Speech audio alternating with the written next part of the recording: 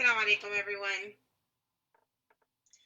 I hope you're well and welcome to our online open monthly halaqa. This month, of course, we are talking about Shaban. We just finished Rajab. Well, not, it seems like we just finished yesterday, but actually, it's been about a week already, hasn't it? What day of Shaban are we today? بسم الله الرحمن الرحيم صلاة والسلام على خاتم الأنبياء سيدنا محمد وعلى آله وصحبه أجمعين 10 لا إله إلا الله لا إله إلا الله. Wow. I can't believe it. That's crazy. 10. Subhanallah. Subhanallah. Subhanallah. Wow. Subhanallah. Well, welcome to everyone on this 10th of Shaban. Our topic today, as you can see, is Shaban, Salawat, and Serenity. And what I just want to share a little bit about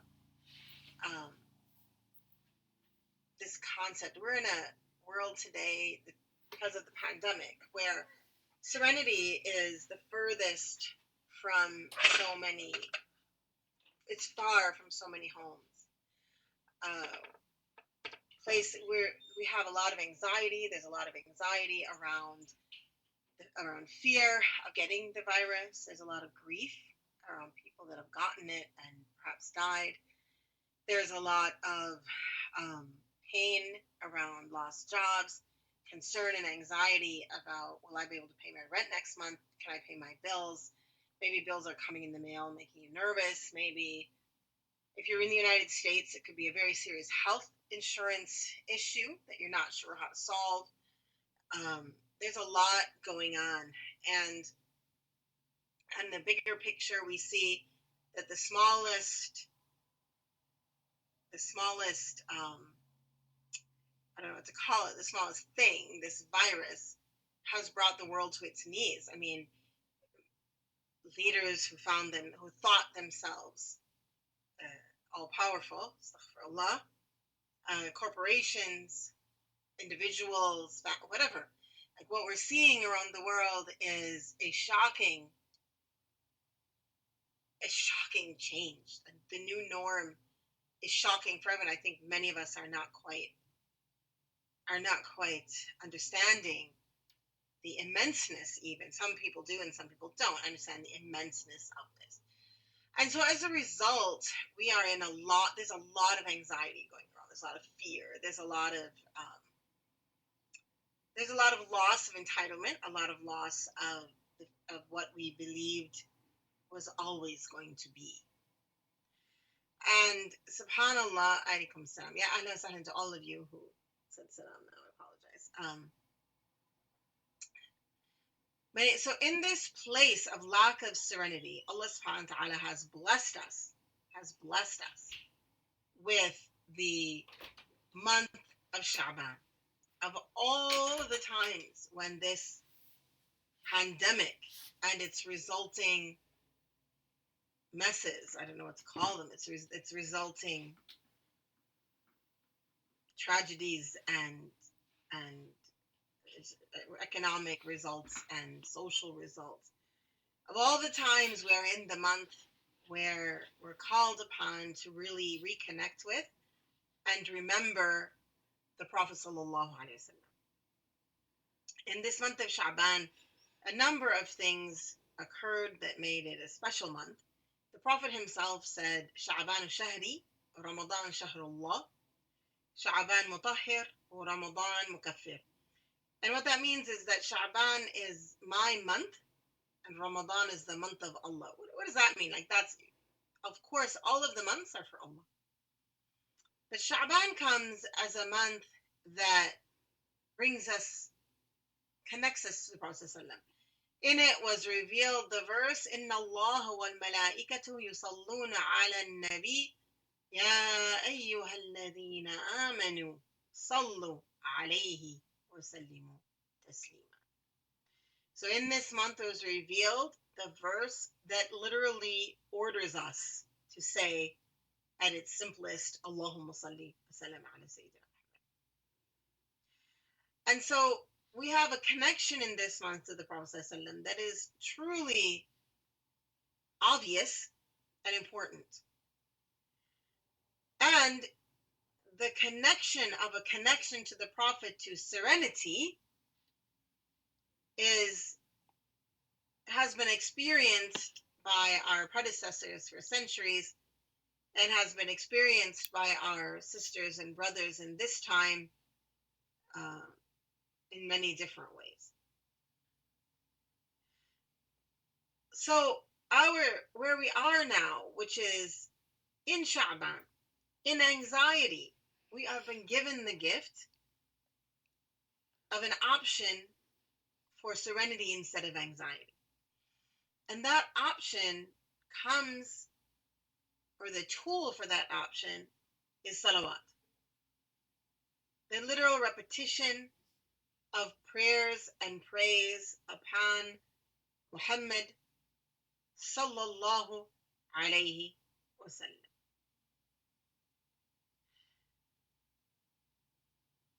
Our prophet lived in a time when there was one tragedy after the next. 90% of what we consider the norm for us or what we are entitled to or what we deserve did not exist at the time of Rasulullah sallallahu alaihi wasallam. 80% of what's causing us anxiety would not be causing us anxiety if had we lived in a different time in the first place. That doesn't belittle it, I hope. That's not my intention. Just pointing it out. My point is that the human being can live in many, many different ways. And the figuring out how to live in serenity, how to live in peace is upon us, especially as women in this month. And my rhetoric is I rarely say things like especially as women. In general, I like to really remind us all that as Muslims, it is up to us to remember that this religion is for all of us, no matter our biological sex, and that very rarely is there something that a woman is supposed to do that a man is not, or the opposite. We've been misled in this understanding, and there's a lot of Christian understanding amongst people that pushes us to sort of weird things that we say around femininity and masculinity. What is weird to me, it might be beautiful for somebody else, and that's fine to say this is how I feel, but we have to be careful what we say Islam says. Here I'm not saying Islam says. I'm saying that as women who have in our lives learned very much how to manage so many things. We've learned how to manage our children, a full-time job, our dawah, the finances, food, feeding people, magic drawers. Magic drawers are when clothes are folded and put away. And all of these things, we've just learned it. And now we have skills. And we have other people around us, our children, our parents, our husbands, the people we work with who have anxiety, who are worried and scared. And so we have this golden opportunity here to use our skills to reach out to them and bring them a sense of peace and calm and assuredness. And this will come to you if you don't have it, if you increase in salawat. The increase in salawat is a calming of the heart, and a strong aqidah is also a calming of the heart. So the calming, I want to talk just for a minute about that before we move into the salawat. The strength of our aqidah, the strength of our aqidah is in the settling of the mind, in knowing that there is blessing. Inna ma'al usri yusra, that no matter what the hardship, yusr has come.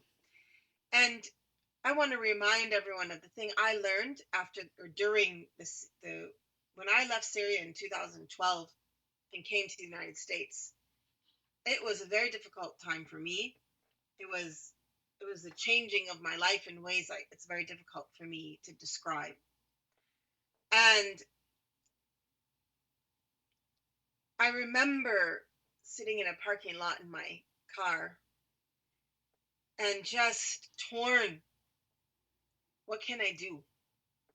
What can I do? And it occurred to me at that moment that we are all of us living on this scale. And the scale is, on one hand, we have our this life, and the other hand, we have the next life. Both of them are real, but both of them are not tangibly real to us.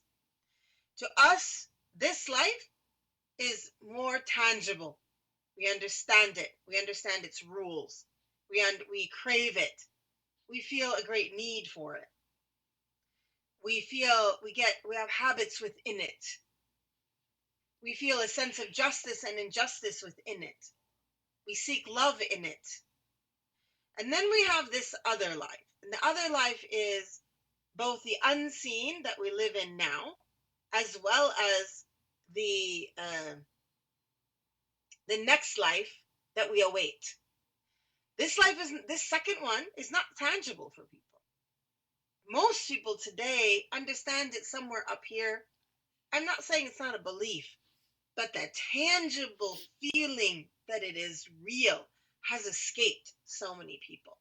And so in 2012, realizing this, my grief about Syria was, it's difficult to describe. It was intense.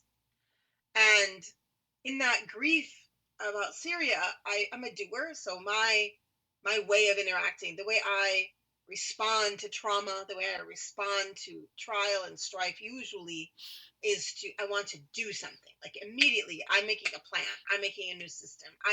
That's how I interact with things. Of course I couldn't do that regarding Syria. I could do nothing. Capital N. I'm not even Syrian. So I could not do anything more than other people could. Like I was intense, couldn't do anything. So in the parking lot on that day, in my realization that my circle of control, or my ability to do anything about Syria was Zippo. But people are and I also realized that in this world, this world is absolutely temporary. And the pain of this life, though intense, is temporary. The loss of finances, the loss of health, God forbid, may Allah protect everyone who is on today and their loved ones. Those losses are painful, but they're temporary. The loss of our next life is permanent. It's permanent. It lasts forever. And so in 2012, when this realization hit me, I said, okay, I don't have the skill or the nationality to do anything about my beloved Sham. I can make dua, of course, and dua is powerful. I'm not belittling that. But I can't the do's that I wanted to do. However, I could do something in helping people prepare for what is permanent, to buy land in Jannah, to buy health in the next life, to prepare, make themselves immune from illness so that they have spiritual health in this life and spiritual health in the next life. By that I mean the reward of a well-lived life here. And so my response in 2012 for that particular tragedy was Rabata. Like that's what this is. This is all about trying to do something about that. And today we face a new tragedy. Today we face a tragedy that is hitting in everyone's home. It's a tragedy that is also, except for our health workers here, may Allah reward you the reward of Badr. Other than our health workers, we have nothing that we can do. outside of doing our best not to get it. Or if we get it, to do our best not to give it to others. But otherwise, there's very little that we can do. And certainly you could respond to me and say, well, wait a minute, you can be giving in charity and all that. Of course, of course, of course. But again, those are temporary and they're not going to fix the problem. The fixing of the problem we leave to Allah, we leave that to the scientists who are running to find treatments and vaccines. But again, we are in it. But this particular virus, unlike the war in Syria, this particular, actually, the war in Syria did this as well to people living there. But this particular virus has swept the world with the realization that we are indeed limited in our time here. And while I think as people age, they begin to believe that, very few people in the world recognize their mortality anymore. We feel very powerful. We are each our own individual Pharaoh on the earth. Each one of us. The virus has come to tell each and every one of us, nope, nope, you're not. Allah subhanahu wa ta'ala, Allahu Akbar. And just as Allahu Akbar in this thing, Allahu Akbar in all things. And so we should be learning here in our aqeedah should be strengthened here to recognize that, previous to this virus, I believe that most of the world, except for a few, spent a lot of time concerned and worried about their health. On organic, I know people who are on so many organic things, I can't even count them anymore. On organic stuff, on special this, on special that, this diet, this thing, that thing, all these things that people are going on, this particular type of exercise, this particular type of food, all to keep themselves healthy with the belief that this would be keeping them healthy. But and inshallah, what you do to care for yourself will keep you healthy and protect you as much as possible. But we know that the virus spreads and it is indiscriminate now. And so we still have to face this anxiety. And I hope if we haven't learned anything, we've learned that we must spend not the same amount of time, but more time on what is permanent than on what is temporary. So as we continue to care about our health, because certainly I don't want to be misunderstood here, as we continue to care about our health, as we continue to pay attention to the food we eat, the exercise that we do, بالحسنى, without becoming obsessed, as we continue to do that, we need to get to the place where it's as much, at least as much, but preferably more effort that we put into our temporary body and temporary life will be put in. We want to put more effort into that which is permanent. And so one way to do that is to send peace and blessings on Prophet Muhammad sallallahu alayhi wa sallam. The Prophet, peace and blessings be upon him, is our guide. He is the one who will teach us.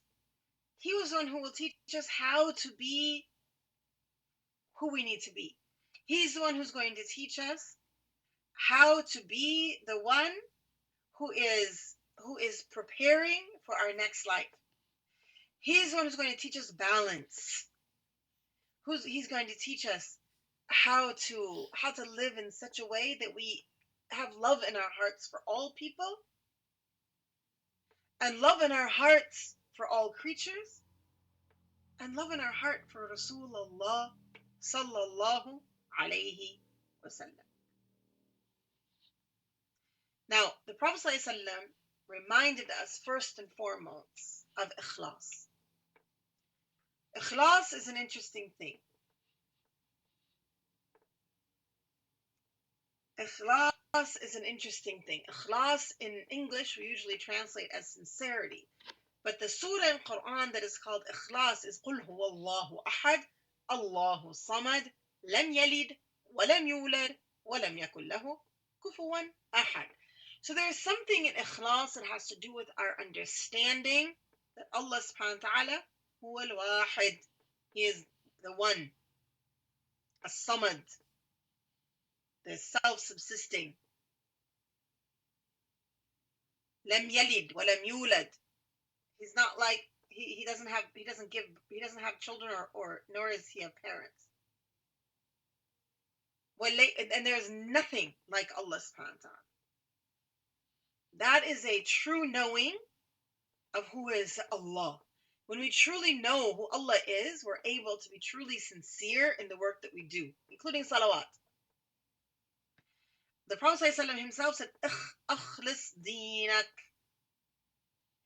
يكفيك العمل القليل. If you have ikhlas in your deen, you will be able to do fewer deeds. And you don't have to panic. You don't have to panic. The Prophet ﷺ is always encouraging us to beautiful deeds and encouraging us to ease and love in this life, while at the same time encouraging us to hard work and generosity. Allahumma salli wa sallim wa barik ala sayyidina Muhammad. So the first thing we want to do when thinking about salawat is we want to work on our sincerity. We want to work on the sincerity of our intention and the sincerity of our love for the Prophet sallallahu alaihi wasallam. There are a number of places that you can find beautiful words around salawat. One of them is called Dala'il al-Khairat. That's what I'm looking at right now. And I want to show you a page from it because it's really such the original one looks like this. The salawat is in the middle, and all around it you have more salawat and things to say. I love it. It's just it's like a piece of art. It's like a piece of art, subhanAllah. This is a book that you can read from. It has daily sections. It's quite time consuming. I would suggest if you are in your dhikr week, this is a great thing to do in your dhikr week. So like the same time that you're actually, usually you would be reading Quran, you would read from Dala'il al-Khairat. That would be for you a great habit to start. Okay, now in this place of great sincerity, and remembering that sincerity is connecting us to Allah subhanahu wa ta'ala, we want to be of those who send salawat on the Prophet sallallahu alaihi wasallam. What does that even mean? And what does that do?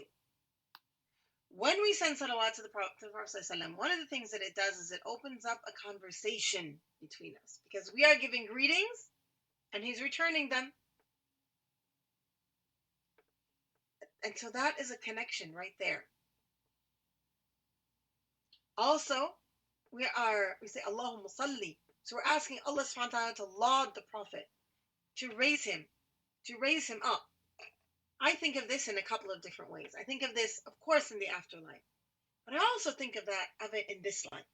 In asking Allah subhanahu wa ta'ala to laud the Prophet sallam, in this life, what that means is to bring his religion, his work up, to spread guidance, to make his religion solid within ourselves, to make his ways and his deeds and his goodness and his adab what we ooze from every cell of our body, to move us away from the silliness and the what's the word that I want? The pettiness of the arguments of this life, and move us into the great and lofty goals of Rasulullah that he taught us. Repeating salawat will bring us there. Repeating salawat will also thin the veils. What veils? We are we are we have a story during the time of the Prophet ﷺ about Ka'b bin Malik, who was a companion who made a mistake. He made a mistake in that he procrastinated and didn't do what the Prophet ﷺ said until it was too late. To not tell the story now. How many of us, and his punishment for that was 50 days of a communal timeout, where the Prophet ﷺ didn't speak to him, not even to give him salam. In fact, none of the companions were allowed to. Today, how many of us, and I include myself, may Allah forgive us all, how many of us are not doing something the Prophet ﷺ asked us to do? And how many of us, or maybe we're not, maybe we're just procrastinating, putting it off. How many of us are living in a timeout, in a separation? Now, Ka'b ibn Malik, he knew what it was like to be close to Rasulullah, so he felt the distance. But do we even feel it? Do we even know what that feels like? Do we even know what it feels like to be far from Rasulullah, such that if we become further, we will know the difference? Or have we been living for most of our lives between, and there is between us and Rasulullah a thick veil, such that we don't, he's just, yeah, we know about him, but we don't really feel his life in our life, his beauty in our life, his advice in our life, his reality in our life. We are in timeout. Now, when you put a child in timeout, I don't know if timeout is famous anymore. It used to be when I was young. Timeout was like the thing that you wanted, that they told us to do with our children. When I would put a child in timeout, they could come out of timeout if they can. First, it would be a timeout, and then they could come out of timeout when they apologized and promised to change. And so Tawbah, like Ka'b bin Malik, Tawbah is what will hopefully remove us from that timeout. But akhawati, my sisters,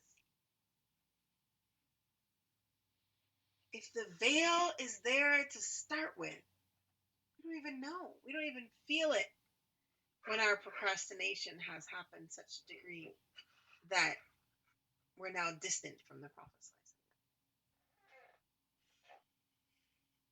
Ya Allah, Ya Allah, Ya Allah.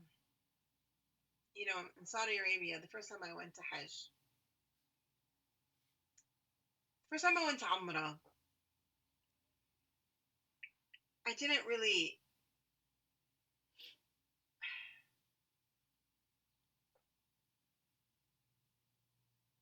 understand.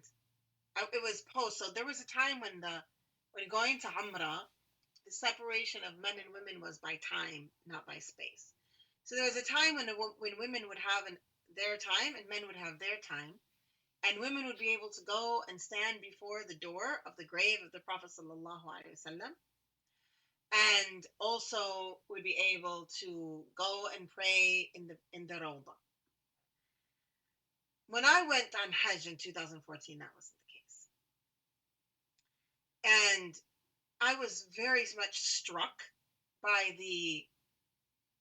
I was setting aside what I felt was, these decisions of making these rules of separating women from the standing before the Prophet ﷺ. It was painful, painful. And I was angry. I was angry with the Saudis for making that rule. And I was angry about this idea that why can a human being decide to separate me from the Prophet? That's how I felt. But when I finished my Hajj, I went and saw my teacher, the one I wrote about in Joy Jots. I saw my sheikha, I saw others, but the one I wrote about in Joy Jot's Auntie Samira, she said to me, don't be angry with the people who serve the masjids. They are serving it. This is they serve, Allah has chosen them for that job, and they serve the masjid. I had to work on that. That wasn't easy for me. And then I realized that women have been blessed in a way that doesn't hold those who separated us will still be held accountable, but there's a blessing in that separation because pain teaches you. Having been separated physically from standing in the Rawda, except for a very small space, having been separated physically from standing before the Prophet ﷺ's door of the grave, means that we can reflect on how much separation has there been for us in this life. We can feel its pain in what we understand of this life. We already talked about how that's so real to us, so that we can work on removing those same walls and those same ugly curtains that are filling and coating our heart, such that we are separated from Him wherever we go, not just at Masjid al-Nabi sallallahu alaihi wasallam. Men, they don't have that privilege, and they go through, and they don't even know what it looks like when we go. They haven't even been given this ability to make tawbah. We have. If you've been to Mecca in the past, I don't know how many years now, it's been 10, I guess, more, and you've been separated from the Prophet ﷺ, you know the pain of it. Make sure that you don't do that to yourself. Don't oppress yourself. Don't be the one to decide that you are going to be separate. You're going to put up ugly plastic curtains, and ugly plastic sheets, and ugly curtains, and ugly whatever, and nor beautiful. Don't put up beautiful walls. Don't put up ugly walls. Don't put up any between you and Rasulullah.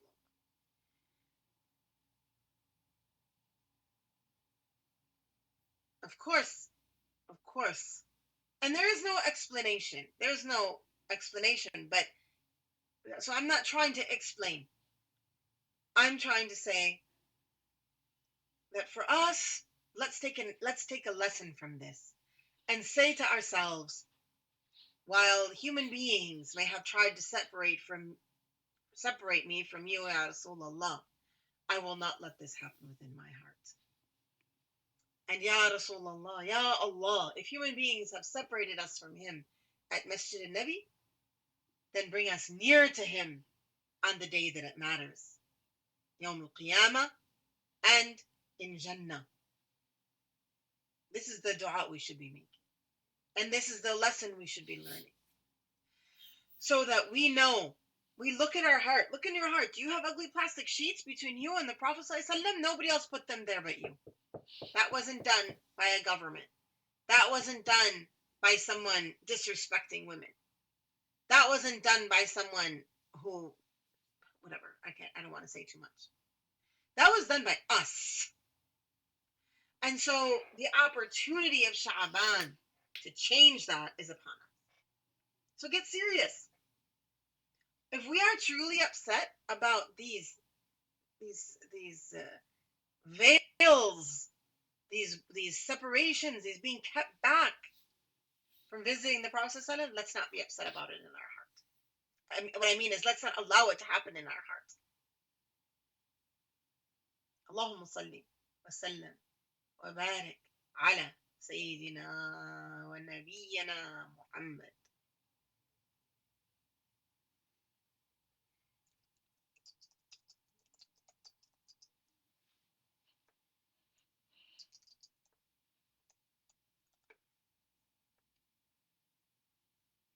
Let's spend the rest of Shaban. We have 20 days to prepare for Ramadan. 20 days to prepare for Ramadan.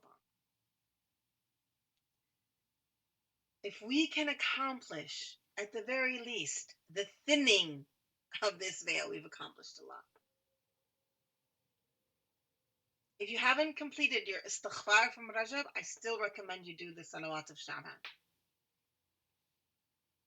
That you just dive into it. Yes, Safiya.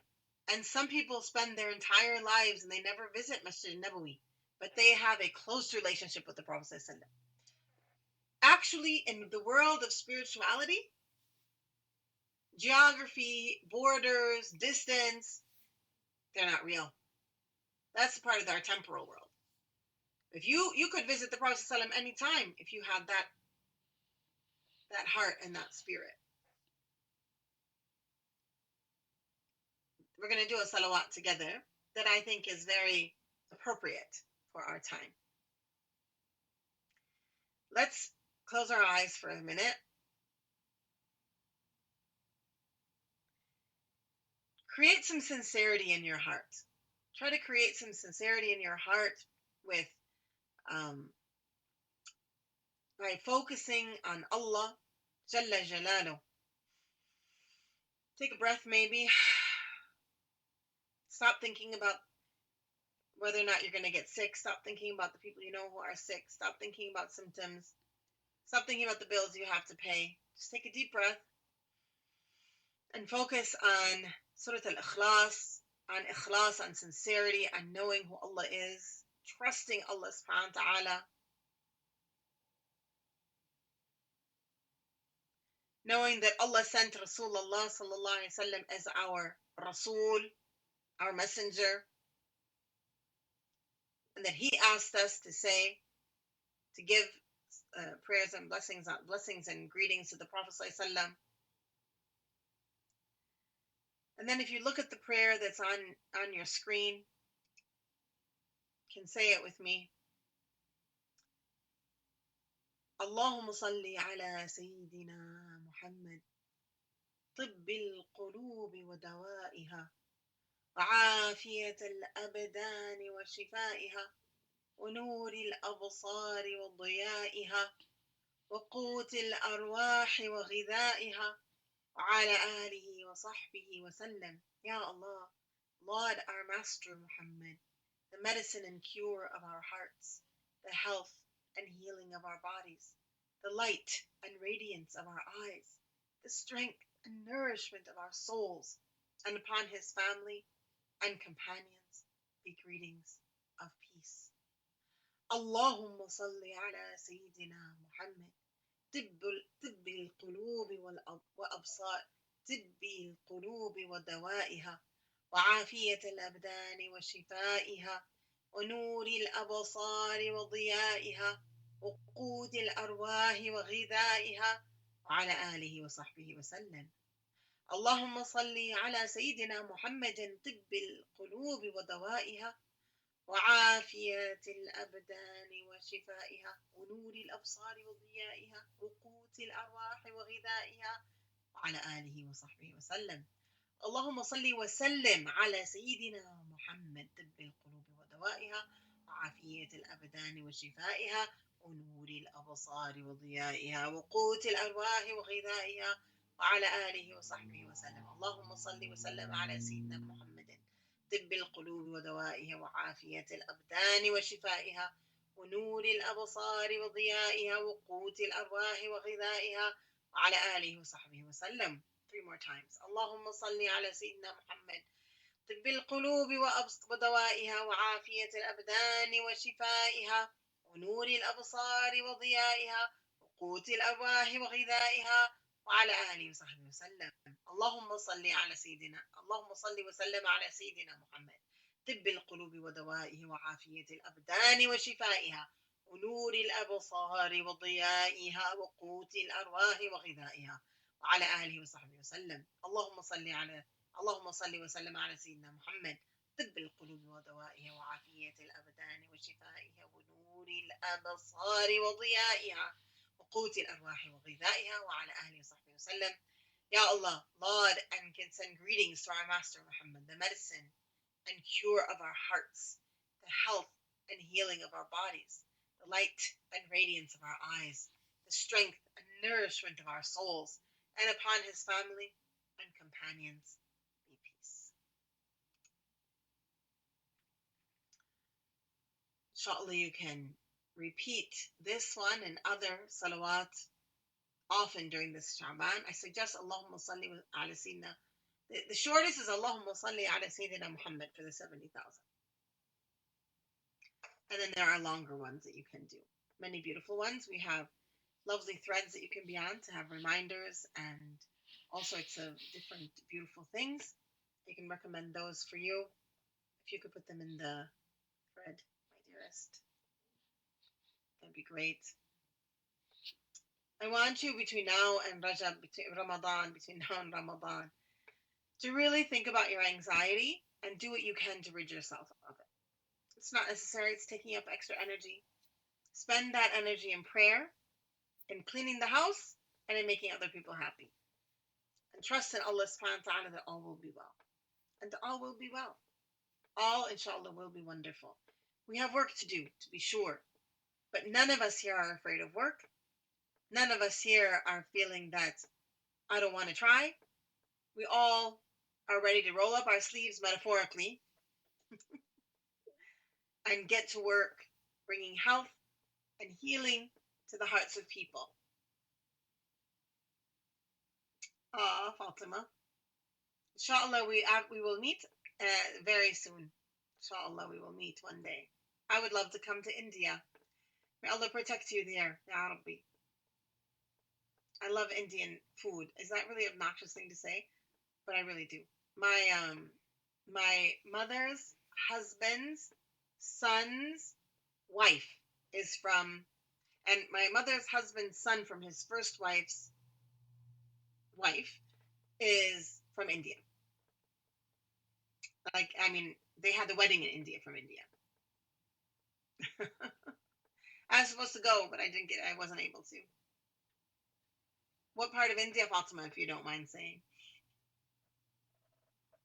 Aw. And you know who else loves Indian food? My granddaughter. I find that really funny because her father doesn't like spicy food at all. Oh, mashallah. That's beautiful, Fatima. Inshallah. Inshallah, one day I'll be able to come and see all of India. Bismillah. I love you all, mashallah. All right, let me tell you what's going on in the Rabata world. As we speak, we've got, of course, this is our open halaqa. We'll have another one next month, and yes, it will be recorded. Today is the last day to register for this particular workshop. This particular workshop is run by an expert in the MBTI test and analysis. She's been trained in this, and you've got to do the MBTI test today in order to be part of the workshop. That's why you have to register today. It's an official test, not those silly tests that you get online. Okay, so it's like then the teacher will help you understand about your analysis. So I really highly recommend that you do this. Those silly tests you get online are not thorough. I recommend you do this and you have your family do it, because it is, especially now, it's really important to understand each other and grow. It's 14 plus, so you're welcome to join it as well, even if you are 54 like me. I have found MBTI to be extremely helpful in the work that I do and helping me understand why people do the things they do and helping me to have husnul zan in people, so that I'm not just saying, why are you doing this weird thing? I'm saying, oh, I understand why you're doing that weird thing, which is weird to me, and I bet what I'm doing is weird to you. So let's have a discussion about that and see how we can work together. So, subhanallah. So yes, I highly recommend that one. Also, our Ramadan Ready online workshop is back. Every year we do this, and subhanallah, every year it's important because Ramadan every year is different, and this year for sure Ramadan is going to be different. And so we need to plan and figure out what we're going to do. You'll see the instructions for registering in any workshop is you go to the Rabat page. If you go to the rabata.org page, click on classes, then you'll be in the Rabat page. At Rabat, you will scroll down until you get to workshops, and then you choose the workshops and you sign up for them. Hopefully, this one will help us prepare for a whole new Ramadan. What else you got? Oh, now I have mentioned this. I don't know if y'all have heard me say this before, but I'm really quite. I feel like every time I see this and I want to announce it, I want to do sujud shukr because every year for our educational fundraiser, we honor a companion of the Prophet ﷺ, and we honor people today that are living in the sunlight of those companions, that are living those companions like on this earth. And this year we decided to go with someone who's lesser known. We've done Nusayba and Aisha in the past. May Allah be pleased with them, and Khadija radiallahu anhum, actually all of them, anhunna. But this year we chose someone who was lesser known. And subhanallah, how important this is. And all of you who know a doctor or a teacher or someone working in nonprofit, there are a lot of places that are getting hit hard with this. Muhajira, people that are far away from their families, parents who are managing at home, literacy, people who are working with reading in any fashion, just positive cultural change people. Philanthropists means donors, taking care of nonprofits now in this time when nonprofits really need it more than ever. All of this, find those people that are doing that work and nominate them for this award. We'll have one winner in each category, so that's 9 winners. But the person you nominate will get an email saying that they were nominated, and that by itself is going to give them this feeling of being seen that's so blessed. It'll give them this feeling of thanks. Also, it should be encouraging to them to just note how much they are living in the light of the Prophet and the companions in this time. And what else do you have? So go and sign at least 3 people up. Nominate 3 people. We also have 2 for our teens. We have career coach. Oh, this is for boys. We also have for boys. You asked for it, you got it. You asked for it, and we did it. A million people asked us to do things for boys, and we finally did. So here you go. Maria, Allah Aleha, my good friend, Anse Maria, has offered these for boys: career coaching, personality types, and speed reading. My son is signing up for all of them, inshallah ta'ala. And these are going to be fantastic. So sign up your sons and get them on and let them benefit from this incredible work.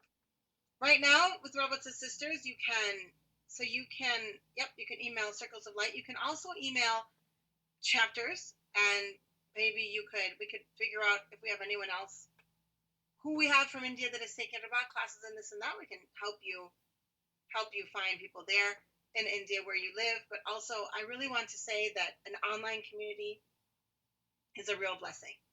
And if you volunteer, whatever you want to do, you become part of the community, and you'll be able to, like that Rabata community that you're feeling, that ethos that we're working on, that cultural change we're working on, you can bring that to the place that you live. So you live in India, but for anyone, you can bring that to the place that you live, build a chapter there, build that ethos where you are, and that way, and draw your strength from the online community. There's a lot of research around digital religion these days. Alhamdulillah, that we are able to take advantage of that. And I know hundreds of women whose community of strength and support is online while they reach out to help others in their local community. So you can be that person, inshallah. All right. Thank you, everyone. May Allah subhanahu wa ta'ala bless you and help you and take care of you. And for all of our health workers, I personally want to thank you for the work that you do. And I ask Allah subhanahu wa ta'ala to protect you, to protect your health, to keep you safe. SubhanAllah, this virus is no joke, and may Allah protect us all. Allah Rabba alaikum, may Allah help us all, inshallah. Make dua for me in this month as you make dua for all of your sisters, and remember, Allahumma salli wa sallam ala sayyidina habibina Muhammad. Farhiya, if that's to me, you can email anse@rabata.org. So stick my email on there too, please, folks.